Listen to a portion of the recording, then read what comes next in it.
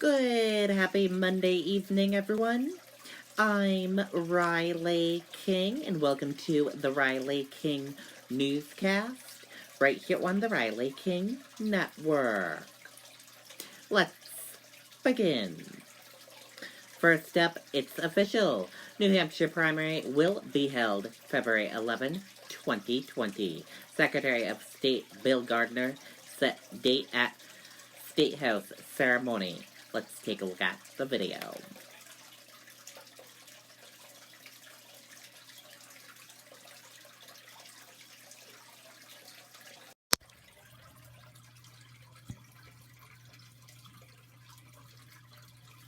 At Beltates, customers will find everything they need for a building project. The brand names you trust to perform. And with a fleet of over 50 delivery vehicles, we deliver when and where our customers need them. Beltates Building Products. 9 locations throughout New Hampshire and Massachusetts. I'm going to open this up and just first of all thank everybody for coming.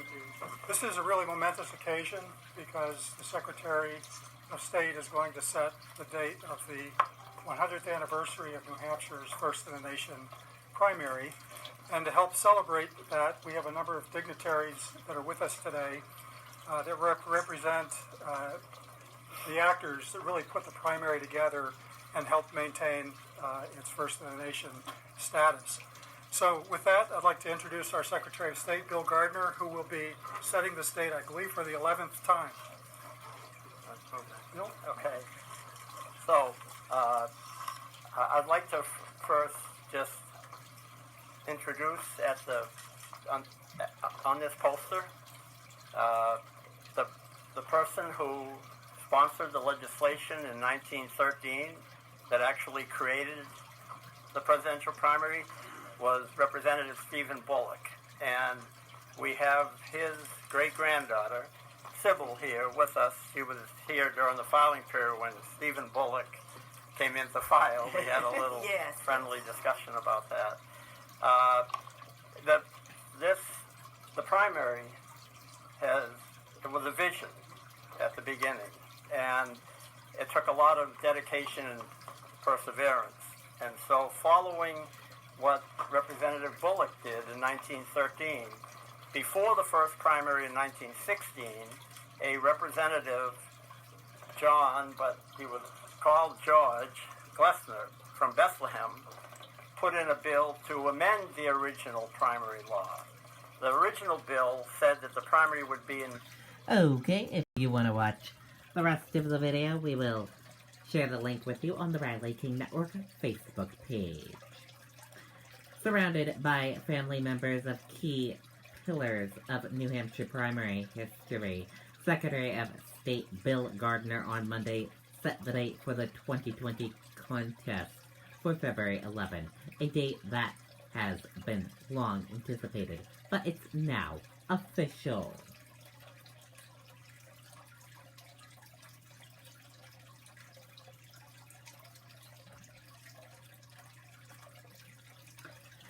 First legal sports bets in New Hampshire expected to be made in January. Executive Council approves New Hampshire Lottery's contract with DraftKings. Officials said Granite Staters will be able to place bets as soon as January after an agreement between the state's Lottery Commission and DraftKings was approved Monday by Executive Council. DraftKings was chosen by the lottery through a competitive bidding process. Through the contract, the lottery will receive 50% of gaming revenue from sports betting sales.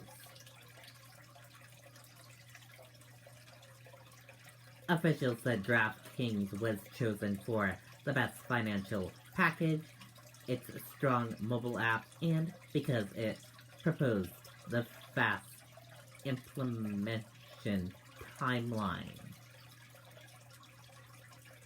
The Boston-based company plans to open an official office in New Hampshire to work in closer collaboration with the state lottery, officials said.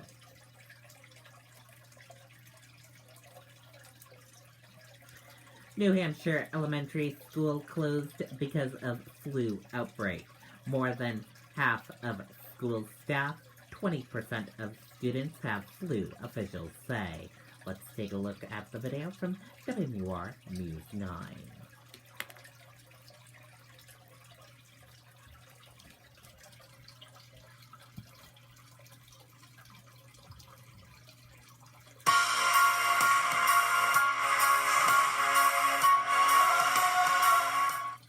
It appears the flu is hitting New Hampshire early. Washington Elementary School is closed today after the district says more than half of the school staff and more than 20% of its students are sick.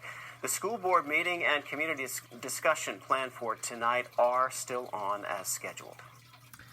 Okay, and there you go on that video and that report.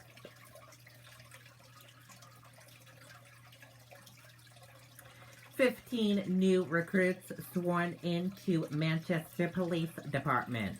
Officials say new recruits will help deal with a growing number of police calls.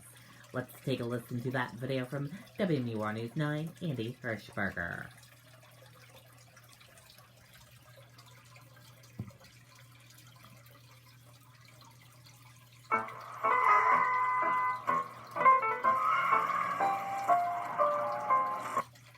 They are the newest recruits who will be patrolling the streets of Manchester. 15 men and women have survived the challenging hiring process to join what Chief Carlo Capano called today a family. You need to be kind, but be firm. Be confident, but always be humble. And most importantly, as a Manchester police officer, you need to be aggressive, but always be lawful. The hiring process started last August when 113 people signed up to go through the first round of tests. That number was reduced to 31 qualified candidates. The 15 sworn in today represent one of the largest classes in recent memory. We want somebody that's educated, integrity, hard workers, people that want to do this job because, quite frankly, not a lot of people want to do that job as a police officer anymore. 5 of these recruits are certified police officers. They should be ready to be on their own by mid-March. The other recruits have more extensive field training and will not be on the streets until August of 2020. The demand's a lot. We work off hours. We work Saturday, Sunday, holidays. You're away from your family. So it is a difficult commitment. Sergeant Caldwell said that they are already starting to look for 13 more recruits to be in their spring 2020 class. Reporting live in Manchester, I'm Andy Hirschberger, WMUR News 9. Okay, and there you go on that video and that report.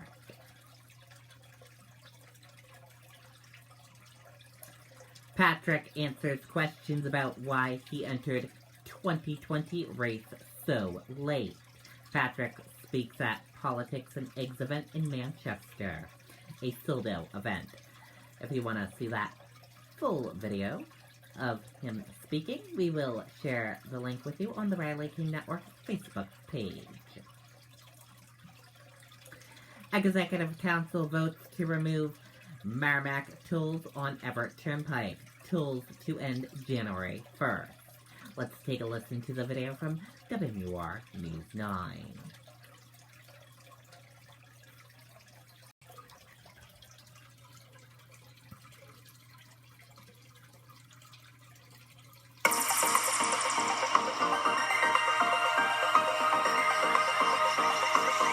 Thanks. We do have some breaking news from the Executive Council. It voted just about an hour ago to get rid of the Merrimack tolls on the Everett Turnpike. Now, the tolls were installed at Exit 11 about 30 years ago. Although they generate more than $1 million a year, a Transportation Commission agreed that the location puts an unfair burden on Merrimack residents. Okay, and there you go on that video and that report. And now let's take a look at your U.S. stock market and see how your U.S. stock market closed for this Monday evening. And here's a look at that U.S. stock market for all of you for this Monday evening. Your Dow Jones Industrial Average closed in the green and went up. Your Nasdaq closed in the green and went up. S&P 500 closed in the green and went up. Gold closed in the red and went down. Oil closed in the green, went up. US 10-year closed in the red and went down. Euro/USD closed in the red and went down. And VIX closed in the red and went down.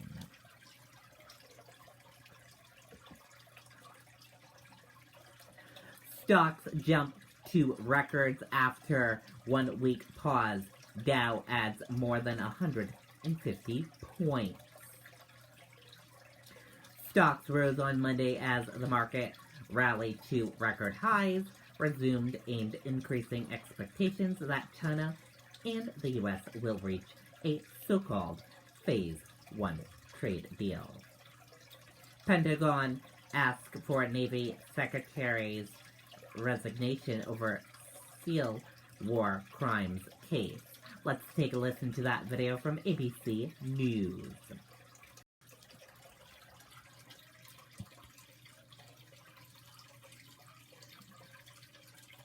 Where the Navy Secretary has been forced to resign at odds with President Trump and his Pentagon Secretary over the handling of a Navy SEAL war crimes case. Our Chief Global Affairs anchor Martha Redd is tracking all the fallout. Good morning, Martha.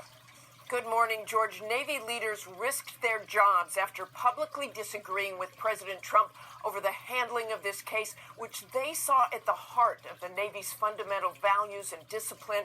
And this morning, after an extraordinary back and forth, the Navy Secretary has been fired. This morning, the Navy's top civilian official, Secretary Richard Spencer, is out of a job, forced to resign over his handling of Eddie Gallagher, the Navy SEAL acquitted by a military court of war crime charges in the killing of a teenage ISIS fighter, but convicted of posing with the dead teen's body. The Navy responding by demoting Gallagher in rank.